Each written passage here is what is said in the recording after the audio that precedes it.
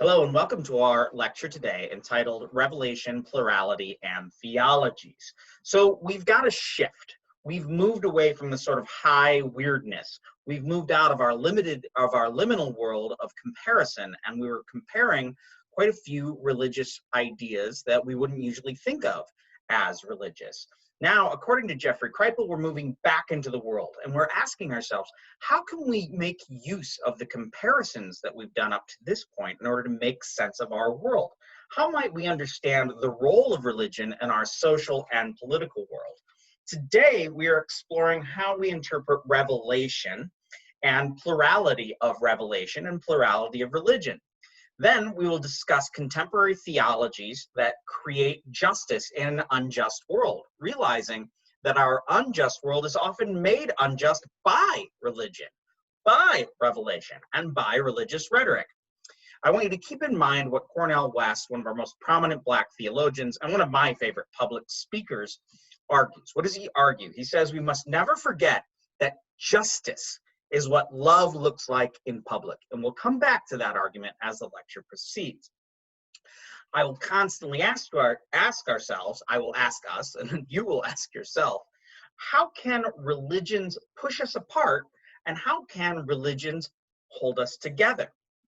So our key issue here is revelation and reason. Now, revelation we usually think of as something in the past. It's a one-time communication of God to man that results in scripture. Theology, or theos logos, so the word and the understanding and the discourse about God, theos, applies reason to revelation. So reason is knowing that is guided by the senses. When I say something is reasonable, I would say that it is something I can understand through observing it and through moving logically through propositions. Now, revelation is a little bit different from reason. Revelation is a message about the reality of the world, about truth, and about God that is given forth in a non-material way. Now, once revelation is written down, it becomes scripture. So what is scripture but is ossified revelation? Remember that once revelation is handed down once scripture is handed down once from one generation to another, it becomes a tradition. But maybe revelation is not always a singular entity. Maybe revelation can be ongoing. So let's look at three examples of this. We have Baha'i. Now, we read about Baha'i in Kripal, and I gave you a video by Cornel West about Baha'i. In Baha'i, a new prophet arose in Shia Islam in the 19th century.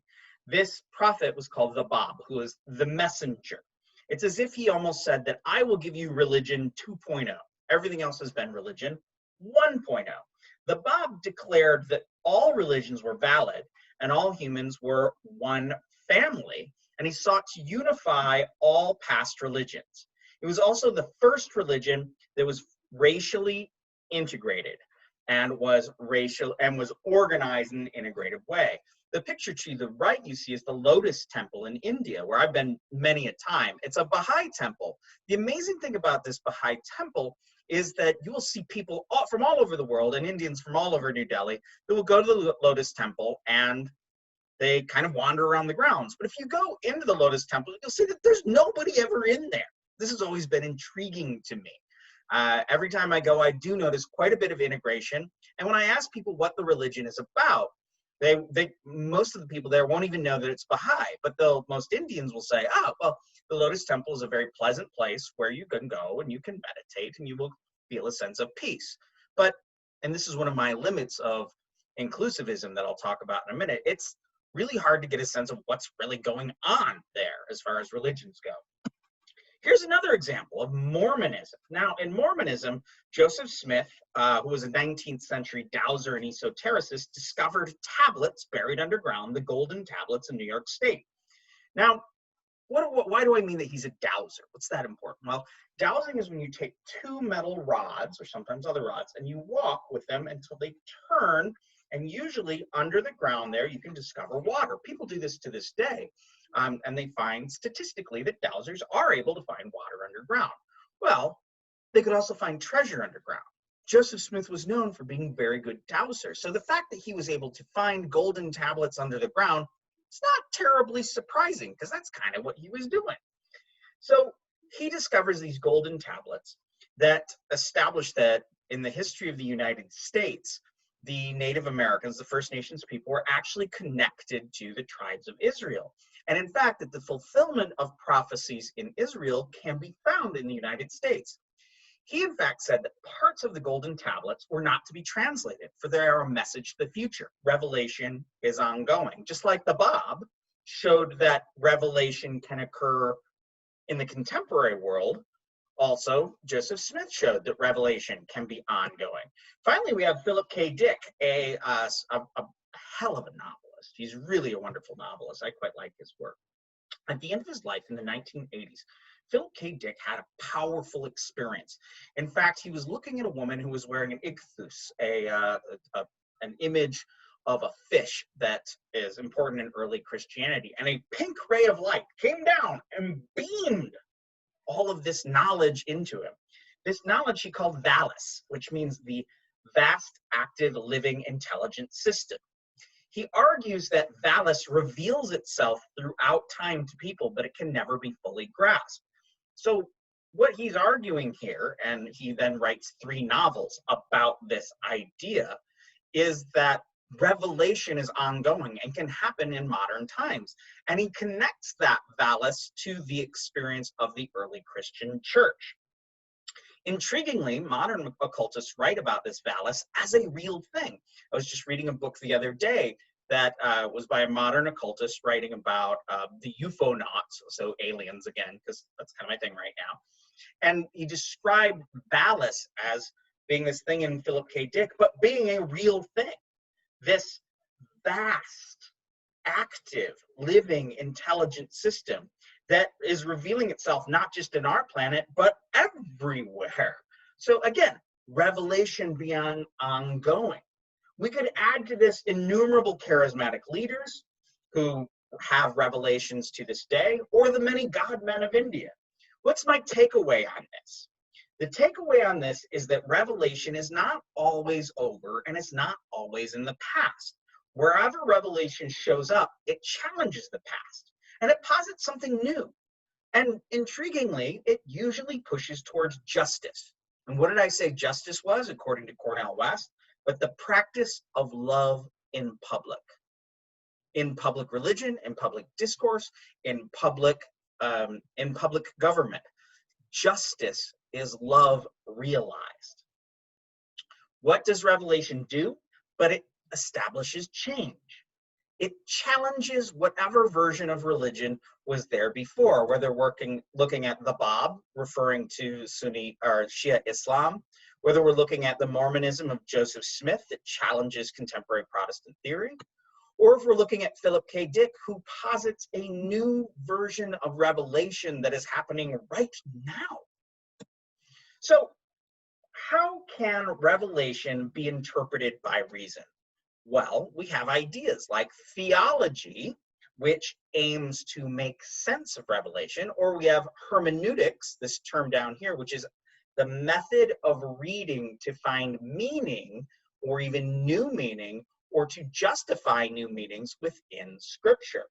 One of the main ways in which people make sense of revelation is through a thing called commentary. And I have 3 commentarial traditions before us. We have to the Greek above, and to the right, you'll see that there's writing in Greek with further writing about the Greek. So think of commentary as this. You have revelation, and then you have writing about revelation. In Sanskrit, we have a notion of shruti versus smriti. Shruti, that which is heard, revelation, and smriti, that which is thought of and remembered. Smriti interprets shruti. So in the left and above, you have some Mishnah. Now this is in Judaism, in Rabbinic Judaism. You can see that there's one square of writing, and then written all around is more writing. The writing around that central square is commentary. So that is explanation of that key text. To the bottom, you can see some Sanskrit. In the Sanskrit, you'll see that there is one verse, verse 183 or whatever that, I've never been good with Sanskrit numerals, I'm sorry. So that would be a short, say, a sutra, and then you have all this writing, this commentary that explains what that one little pithy verse means. The idea here with commentary is theology that attempts to systematize religious ideas. Now we have to remember that all revelation is, of course, a product of the culture in which it is received, but it is also interpreted by that culture. Commentary attempts to explain revelation by writing explanations of the message that is revealed. In addendum to commentary, we have apologetics and polemics. Now, apologetics tries to defend religion to the outsider. It is trying to explain religion in a way that will convert other people. It is what is apology comes from this word apos logos, which means speech toward. It is speaking to justify. You are making sense of religion. You are comparing religion to what is outside of religion in the service of proving religion as valid. Polemics, on the other hand, writes against that which is outside religion. So polemics would be arguing that what is not that religion is in fact false. So Christian polemics tries to argue that the religions that are not Christianity are in fact wrong. Christian apologetics is trying to show that Christianity is inherently consistent.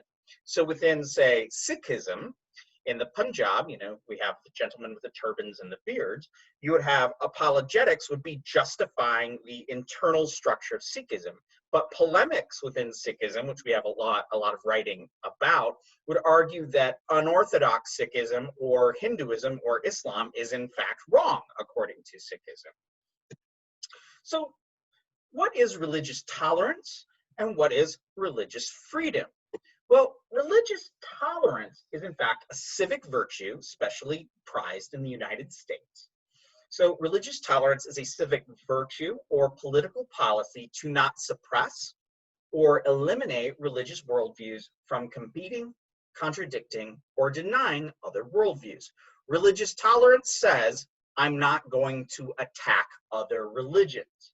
I may, as a religious person, hold moral disapproval of a religion, but we as a society do not act on moral disapproval. We do not engage in violence against other religions, and we do not try to prevent other religious groups from expressing themselves. Religious freedom, on the other hand, is a civil and legal structure to protect the right to practice religion in peace. It is a freedom to do religion and to be free from folk telling you what your religion must be. It is the separation of religion from government, the separation of church and state. But all of this tolerance and freedom has difficulties. For instance, what are the limits of tolerance? In fact, throughout the United States in the past few years, there have been quite a few Protestant Christians that have tried to erect and have been successfully erecting monuments to the 10 Commandments on government property. This is a clear violation of church and state. So we have the good people of the Satanic Church and the Temple of Satan who have said, well, if you're going to have your 10 Commandments, then we're going to erect an image of Baphomet. Now this is intriguing. Our goat-headed Baphomet to our right, in fact, is a symbol of science and is a symbol of reason within the Satanic Church.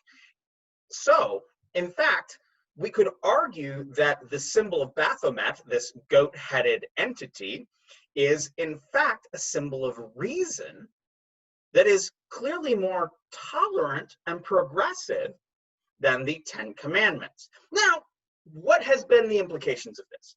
Every time the Satanic Church gets an image of Baphomet and says, no, we're putting it right next to the symbol of the 10 Commandments, generally people say, all right, fair enough, and they tear down the 10 Commandments. So there's a limit of tolerance. In fact, I would argue that we have had, to bring up Satanism once again, that our limits of tolerance are tempered by Christianity. You'll see that we had a time period called the Satanic Panic, which still exists to this day, in which folk have argued that there are Satanists out there and that they are performing ritual abuse against children. When accusations such as this are made, they are based on a challenge to normative Christianity. And if you look into the history of the Satanic Panic, you'll see quite a few people who were accused of satanic ritual abuse baselessly have lost their jobs and even been in prison. So what is the limits of our tolerance? We do not tolerate in the United States people who challenge Christianity. Look to the way that Muslims are treated in the United States. Look to the way that Sikhs are treated in the United States. And you'll see that despite our advocacy in the United States of religious tolerance and religious freedom, when there are groups that are considered hostile to Christianity in whatever way those choose, those groups are not treated well, are not tolerated, in fact. So there are three approaches to plurality. What do I mean by plurality? I mean, when we look around, clearly there are multiple religions. So we have three approaches. Now, Jeffrey Kripal makes this point. He says that you're going to remember this when you get out of this course. You're going to remember exclusivism, inclusivism, and pluralism as different approaches to religious diversity. You'll probably also remember the aliens. Okay, so what is plurality? Now, the thing about plurality is religious plurality is a fact. There is not one religion or even just 7 religions of the world, but there are thousands and thousands of religions. Some religions are big and spread throughout the world, like Christianity or Buddhism. Some are just a few people that are devoted to a single charismatic teacher or scripture. Some religions are diffuse and don't have a lot of sort of clear religious authorities, like the alien abductions that we talked about that clearly have religious themes, or the new religious movements that don't have a single leader. So in relation to revelation, plurality notes that there are multiple revelations. There is not one inherent revelation. There's not one inherent experience of the sacred. We see that there are multiple revelations and multiple experiences of the sacred. We know this through the type of comparative project that we've been doing all semester. In fact, some comparative theologians, for instance, Francis Clooney at Harvard, will argue, he being a Catholic who studies Hindu scriptures, will argue that by rich and engaged and deep learning about other religions, we actually learn quite a bit more about our own religion. Jeffrey Kripal argues that these three approaches, exclusivism, inclusivism, and pluralism, will be, like I said, the most memorable for us as we move on, along with the aliens. What is exclusivism? Well, in exclusivism, we reject other worldviews, other revelations. There's only one revelation that is correct. There is only one worldview that is correct. This is common in monotheistic religions. It's a sort of zero-sum game in which one religion is the only religion and other religions are inherently false. If we are right, then the other person must be wrong. If Christianity is right, then Islam must be wrong. If Hinduism is right, then Christianity must be wrong. If Sikhism is right, then Buddhism must be wrong. In exclusivism, that we don't see that actually works out with these different religions. This is a really compelling viewpoint. It holds together communities while demonizing others. You have your insiders who are right, your outsiders who are wrong. You have an in-group and an out-group. If you have an in-group, that in-group will be pure. If you have an out-group, that group will be impure. Remember, we talked about purity codes in religion quite a bit. If the in-group of religion, in this exclusivist version of religion, are saved, then the out-group must not be saved. That in-group, in fact, will be our community forever in heaven, going on for all time. There's a certain seduction to this certainty. It feels good to be right. We can be seduced by the certain. And in fact, this unfortunately naturally leads to violence, because if I believe that I am inherently right and pure and other people are inherently wrong and impure, that's going to mean that I am inherently better than others. And from that, I would say that the in-group are the inherent humans and the out-group are inherently inhuman. How do we do violence to one another? When we see the other as less than human, we can do violence to the other. If I see the other as inherently as human or even more human, or just at least equally human, I can't do violence to that person. When you look to the way people who commit religious violence commit religious violence and think about the other, they think about the other as less than human. I often wonder that if all of this has to do with the notion of salvation, if salvation is not on the table, can you even posit exclusivism? Think about how salvation works. And if there is no such thing as salvation, can we be exclusive in our religious viewpoint? What about inclusivism? Now, inclusivism argues that all religious worldviews are valid, but one's own worldview is the most valid. One's own religious tradition is unique, and other communities are unique as well, which seems kind of weird. They can't be equally unique, but one's own religion is still the highest. We are the best. Our religion is the best among equal religions. Now, this is an element of hierarchy. We would say that all religions are valid, but one is the best, one is on the top. Now, in the Vatican II in the 1960s, the Catholic Church argued that Roman Catholicism was not the only way to salvation. In fact, other people and other religious folk could be saved by adherence to their own religion. That said, that salvation that occurs within those other traditions is actually Christ in secret. And in fact, the people who are saints in other faiths other than Christianity are anonymous Christians or secretly Christian that don't even know that they're Christian. Note the stakes once again are salvation. Now we have a figure of Ramakrishna who I talked about a little bit before. He was a Hindu saint in the 19th century who said, all right, I'm a Hindu, and in fact, I'm a worshiper of the goddess Kali, but I'm gonna try all the other religions. So he practiced being a Muslim for a while, and then he practiced being a Christian, and he practiced being a Jew, and he practiced being a Buddhist, and at the end he said, all of these religions are good. They are all ways to the truth. They are all ways to becoming liberated and attaining nirvana and complete freedom and moksha and release from the pains of this world. But Hinduism is the best. I've tried them all. Hinduism is the best. And Kali Ma, my beloved goddess, is the best of all the gods and goddesses. So I'm going to go that way. And he would kind of argue, since I got that, you should probably do that too. But on the other hand, try it out and see. So this is this notion of all religions are valid, but one is the most effective. There are other ways that this can work out, this inclusivism. Sometimes scriptures are set up into what we call canons. In the canon, you have sort of the Old Testament and the New Testament. Well, what's going to be the better one? Clearly the New Testament. But that New Testament incorporates all of the Old Testament. In Buddhism, we have three vehicles, or yanas. We have Hinayana, Mahayana, and Vajrayana.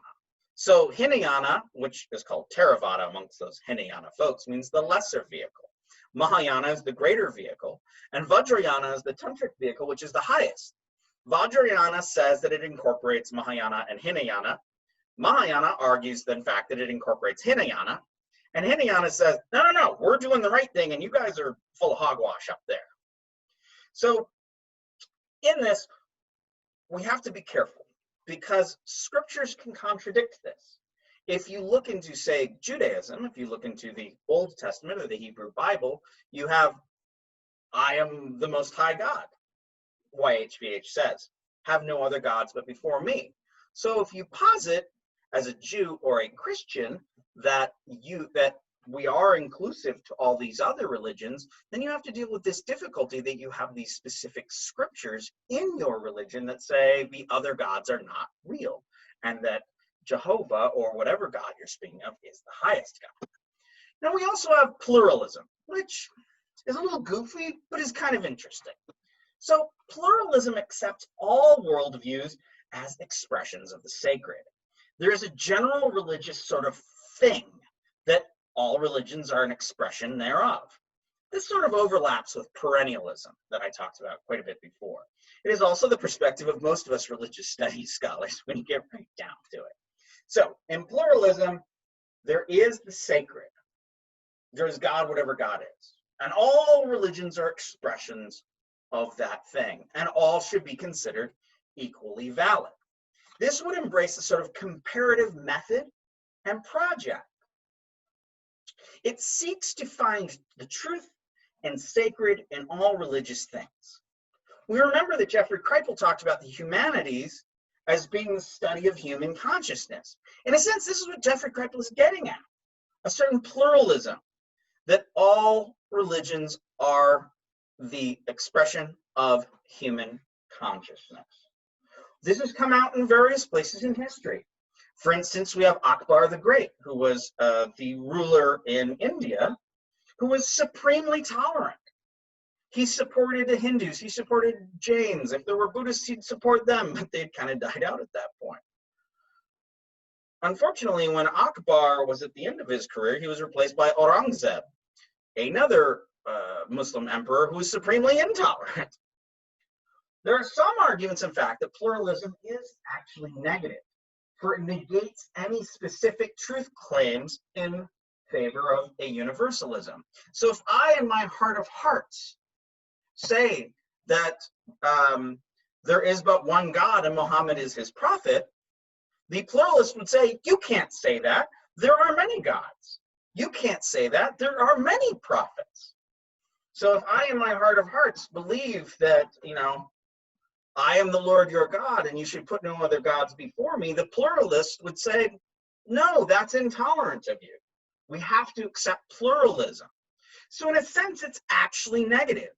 If I am the way, the truth, and the light, and no one gets to God except through me, in fact, the pluralist says, no, you can't argue that. There are always many ways to God. So there are limitations here. I often wonder, what are the limits of plurality? In fact, pluralism must reject fundamentalism. Now, what is fundamentalism? Fundamentalism would argue within whatever religion it's a part of, Hindu fundamentalism, Islamic fundamentalism, Christian fundamentalism, that there's a fundamental version of that religion.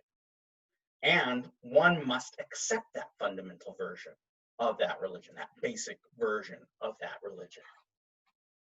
And in fundamentalism, it says if you do not accept that fundamental understanding of religion, then you are in fact an outsider. Fundamentalism is the circling of the wagons, bringing everyone sort of within that religion together and saying that everyone that is outside of that circle of wagons is not there. Should have a slide for circling of the wagons, because I don't know if all of you kind of get that idea. It's a very sort of American notion, as if you are going out into the wilderness and you are attacked. And you circle your wagons on the wagon train, usually from those dreadful Indians, which we know is not how it actually worked out, who are attacking. Anyway, so pluralism actually rejects any religious experience that does not endorse plurality. Now, social justice in, say, civil rights must reject the intolerant aspects of Protestant Christianity. So there's another problem. Now, if religion speaks to all, and if all religions speak to all people, then why bother joining any religious group in particular, let alone join a specific religious community? So these ideas that we were talking about are very good categories for thinking about religions, but this very schema is teleological. Remember I said teleological means that it has a specific end, and the end is pluralism. I'm not so sure about pluralism. It's a very nice, tolerant idea, but does it really sort of respect other people's religious viewpoints? I would say that it actually sets tolerance and pluralism as the highest form of religion. This is problematic because this style of thinking about pluralism is not really found in history. It's a product of our modern times. In the past, when religions were made up of communities that were embattled and warring with other groups that wanted to kill them, They could not embrace the truth of their enemies' religions, for they were fighting for their lives. So if you see temples that sort of look like fortresses, it's because, such as the Golden Temple here, it's because when the form, which is a Sikh, it's a Sikh monument, it's because when Sikhism was being developed, it was besieged by religious groups and political groups all around them that wanted to kill them. So it's hard to argue for pluralism when you are under attack. Exclusivity, in fact, binds and connects people.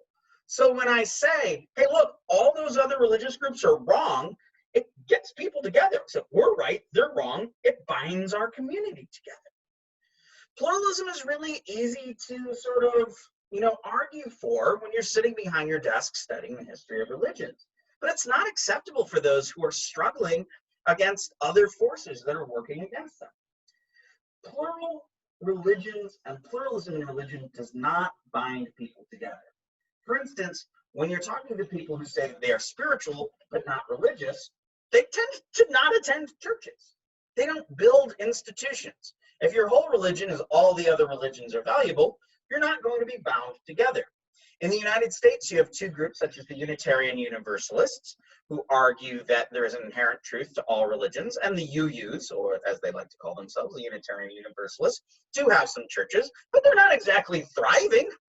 They don't thrive in the way that your standard fundamentalist Protestant Christian church, or even the mega churches that are sort of very vague in their Christianity, but are very in their theology, but are very inherent in their Christian identity, are very much thriving. These days, you could have the Unitarian Universalists, and they are the most tolerant, but they are the least organized. And Kripal brings this up. He actually argues that, and I go back and forth on this argument, but I think there's something to it, that the most tolerant versions of religion, the least prone to violent versions of religions, are the ones that are least well organized, and the ones that are the least likely to thrive in the modern world. In fact, fundamentalism is on the rise around the world because it circles the wagons, it brings people together, it binds people together and connects them to political and religious visions. We will not evolve to all become pluralists. That's not going to happen. In fact, in our world, we may be entering a world of extreme exclusivity. On that, Cornel West, justice, love. How can religion work for good? How can religion and politics and faithful rereadings of religion fight injustice? Cornel West says, justice is love in public. What does that mean? So two examples we're going to look at today are Black theology and queer theology. And this section is necessarily sort of limited to the US experience, the experience in the United States. Because, well, a grand scale of queer theology and Black theology that's worldwide would be difficult to talk about in just a few minutes. So what is Black theology or Black liberation theology? Now, this is a theology that is grounded in the African American experience, especially in the reaction to the transatlantic slave trade and to lynching. Transatlantic slave trade being the movement of groups of people from one side of the Atlantic to the other for the purpose of enslaving them to create a greater amount of capital and wealth for those people who have enslaved them. Those people, those Black people, those Africans who become African Americans. What is lynching? It's the public spectacle of taking a Black man who has supposedly transgressed in some way against white people, usually white women, who are publicly hung. I'm not showing pictures because I've seen enough.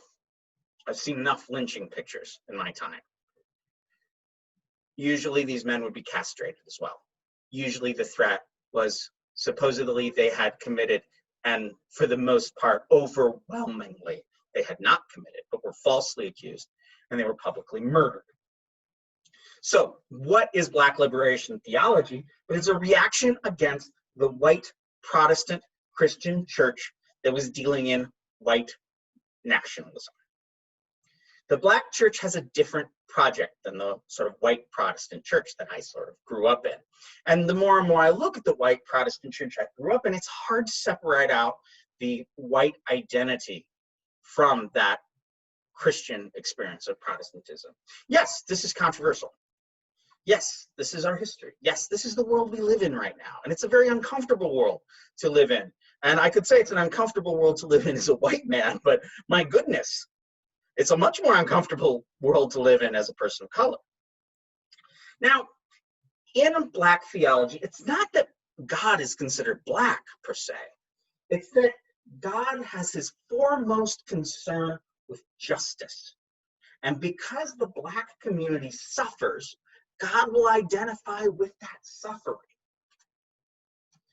So, in fact, blacks in the United States have a unique perspective because blacks are able to see the structures of power. Me, as a white person, I don't see the structures of power. I can comfortably live in the world as a cisgendered, straight, white man. The structures of power, I comfortably move through for the most part. But for a black person, they are constantly aware of the structures of power they are shut from, they are challenged from engaging within. Black folk can obviously engage in the structures of power. We see that all the time, but they are always in a compromised position. So, in fact, Kripal makes this argument that various black theologians have made, that it's almost like the vision of a black person who are able to see these structures of power is almost like a superpower, and that they can almost have a second sight that comes out of being excluded from power. Scripture must be challenged in black liberation theology because the Bible has been used by white nationalists and by white slave owners to justify slavery, specifically the New Testament in particular. But black liberation theology is not inherently about Christianity.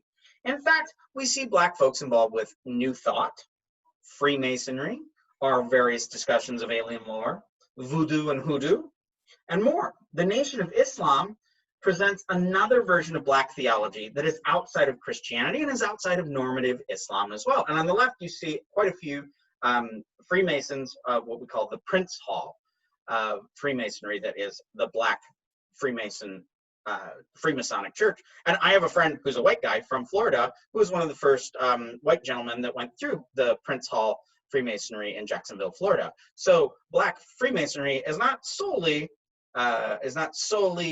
for black folks. White folks can go through it too. All right, then we also have queer theology. Now, what I mean by queer theology is that we are looking at sort of the moves of black theology and feminism and applying it to the queer position. Now, while originally this sort of theological movement might have been called gender or sexuality or homosexual theology, queer theology argues that sexual desire and sexual identity cannot be clearly posited. It is not static. In fact, all folks are on a sort of spectrum, and being queer means that your sexual identity and sexual desires are not stable, cannot be clearly identifiable. Now, traditionally, we have LGBT, or lesbian, gay, bisexual, and trans theology, was a theology that demanded justice, and that remains an ongoing project. But queer theology destabilizes the whole idea of gender. In fact, in the history of religions, the majority of writing is from the male perspective, and as such, queer readings of male sexuality and male homosexuality are easily identifiable. In the Catholic traditions, men have a relationship of love with a male deity, and while homosexuality is denied, we can see that the monastic person and the monk is sort of queer. We'll see this in a little bit. So, in fact, the same could be applied to Buddhism. So it can be argued that monasticism has provided a place throughout time in which not straight men and not straight women can exist in a world that is free of straight culture and the demands of straight culture. So in that sense, the Catholic Church has always had a certain queerness to it. When Jeffrey Kripal talks about his time, he writes about this elsewhere, his time in which he was a monk, he found that he had trouble interacting with and having a loving relationship with a male god, which caused him in his own life to be attracted to the Hindu traditions, and specifically the study of Shakta Tantra, in which you can have a loving relationship with a goddess. He says he found that very easily. In fact, he looked at his brothers around him in the monastic community, and they all kind of noticed the fact that they could very easily have this relationship of love with a male god that he really, really struggled with. This has to do with not only personal proclivity, but if one spends enough time in the Catholic communities and in monastic communities, you'll see quite a few people are more queer. They are not as specifically straight and are able to relate to a male god in a loving manner. This does not mean they're homosexuals by any means, but it means that they are able to be a little bit more fluid. Kripal found himself being very heterosexual in his mystical experiences, having really struggling with having a loving relationship with a male god, which I can get. I understand that quite a bit. So what we're looking at within queer theology is a rejection of homophobia and an embrace of the many faces, styles, and ways of being sexual, of being gendered, and being desired, and reading that sort of different and fluid sort of sexual position into scripture. So to this end, I would add that Judith Butler, who wrote a wonderful book called Gender Trouble, is really key to understanding this queer theology. For she argues that gender is in fact performative, and desire is a social function. So you can have the most masculine of the males, your Clint Eastwood on the right, being a cowboy, but he's still performing being a cowboy. Just as someone who is biologically male, dressed in drag, is performing femininity, sometimes in a more feminine way than most women can. But the key that is brought up, and I don't have a slide for this, which is, I'm sorry, is intersectionality. And this is what we saw in some of our videos for today. In intersectionality, this is the kind of the big thing that's going on in theology and in queer theory these days. Intersectionality is the idea, mostly coming out of feminist thinking and queer theology, that no person is solely their race, nor their abilities, nor their being disabled or being differently abled, nor their sexual identity. Intersectionality shows that an individual can be a disabled, queer person of color all at the same time. All these identities are operative, and they all have their own functions, and they all have their own parts in a person's identity. So let's think about justice again as we close down for today. Jeffrey Kripal says that there is a pattern. There are 4 steps in justice, 4 steps toward the future, in fact. In these 4 steps, one group is seen at the beginning, and this is sort of he would argue, the arc of history. In the arc of history, we see over and over again as we're looking toward justice. Justice, that practice of love in public. We say that one group is seen as lesser. Then a cultural majority, blah. Okay, let's say that again. One group is viewed as lesser. So this would be a group that is dominated. A cultural majority uses religion to dominate that lesser group. Eventually, the authority of scripture and revelation that cultural majority is appealing to is challenged by those oppressed people. And eventually, oppression is somewhat better, is somewhat ameliorated. And that is the arc of history. And no religion is immune from being no religion is immune from being oppressive. In fact, oppression is baked into the cake of religion. It's a feature. It's not a bug. It's there. It's always there. Groups are always being oppressed. And this would lead to my discomfort in the whole thing, which you're perfectly welcome to disagree with me on. I would say that this argument for justice is teleological. It argues that in the long span of history, history bends towards justice. To which I would say, is there really a span of history? Does history have a trajectory?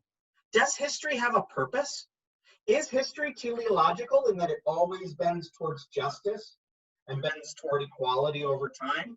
Or is history just one damn thing after another? one event after an event after an event. Some people would argue that God is realizing himself throughout history and through ourselves and through humanity realizing ourselves towards a bend toward love, towards goodness, towards fairness. I don't know. I really don't know. And it's not a part of me being cynical or anything. I just really think as a history, as a theology of history even, I just don't know if it all bends towards progress. Are we sure that things are getting better? I mean, they seem to be. By and large, there is less violence than there has ever been. By and large, political organizations are working toward the betterment around the world of oppressed people. That seems to be true. Or maybe I'm just deep down kind of a Hindu. Now remember that the Hindus have a notion of time that is cyclical. You have 4 yugas, or ages. The golden, through the age of iron that we're in right now. And with every progressive yuga, things get worse and worse and worse. And we're in the Kali Yuga right now, the worst era. And at the end of that era, the world will be utterly demolished in what's called a pralaya. The burning flames and everything will end. God will close his eyes and give us rest. And then he'll open them again, and it'll be the golden era. And we'll do the whole darn thing over and over and over again. So, I mean, like, even when I talk to a lot of occultists, there's one occult group that I'm often in touch with, and they believe we are actually entering the age of the child. There's the age of the mother, there's the age of the father. So the age of the mother is sort of like a matriarchal time, hunter-gatherers. Then there's the age of the father, the tough father, in which we struggle, and there's constant struggle. But we're moving into the age of the child, the age when things are going to get better, the age of constant possibility. Is that the true world? I don't know. It sure feels like we're in the age of darkness an awful lot. So to the end, is religion good?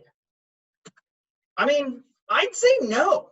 I don't think religion is a good thing. You don't have to agree with me on this. This is food for thought. I'm planting seeds, whatever. Religion may unite us and bring out our higher goods and our better angels, but often religion divides us. This zero-sum game of exclusivism makes one religion true and all others false. And it brands all people who are not like us, the insiders, to be impure, even inhuman, and that leads to us being divided and able to do violence to one another. Anytime you posit the saved and the unsaved, you have a problem. If you posit salvation, you have to posit people that are not saved. And should the unsaved be permanently unsaved, then they become less than human. And we commit violence against people we consider less than human. Religion can be consciously hijacked by politics, and usually our politics unconsciously dictate our religion. And what we think of as timeless truth is just another construction. Religions can pull us away from the world and away from others, orienting us toward the in-group and toward our lives after this life, where the in-group will exist only with the in-group forever. Maybe the in-group will be our eternal community. Religion can be really bad for you. And any religion that causes people to hate other people will make people hateful. So I had written here, religion that hates man or human will make man or humans hateful. That's not a very articulate phrase, I'm sorry. Religion can be used to instill shame and conflict in our lives. Always ask when you look at religion, what is the religion? What is the society? What are the people in power getting out of this? What is the social function, and how can it be manipulated? And remember, there's no way out. We can't get out of religion. There's no way to get out of religion. There's no way to get out of society. We are enmeshed with it at all times. Is there anything good at the end? I would say we do have a chance. I'm not just playing cynical as I just sounded there. What is good? You look through the eyes of love instead of the eyes of fear. If you look through the eyes of love, you'll try to connect to other people. You'll try to connect to the betterment of all things. You'll try to reduce the amount of pain in this world. From that stance, religion is good. Any religion and any religious ideology that posits the eyes of love and connection and reduction of pain. That is good, and that is a valuable place to stand. On the other hand, any religion, any politics, any ideology that causes you to look through the eyes of fear, that causes you to want to be separated from other people and to see people as less than human, then that is bad. So what is good? Love. What is bad? Fear. Is there anything we can do to make the world a better place? Yes. We look through the eyes of love. We look to connect. We look to remove separation. We try to remove pain. Look through the eyes of love, not the eyes of fear. All right. Have a good one.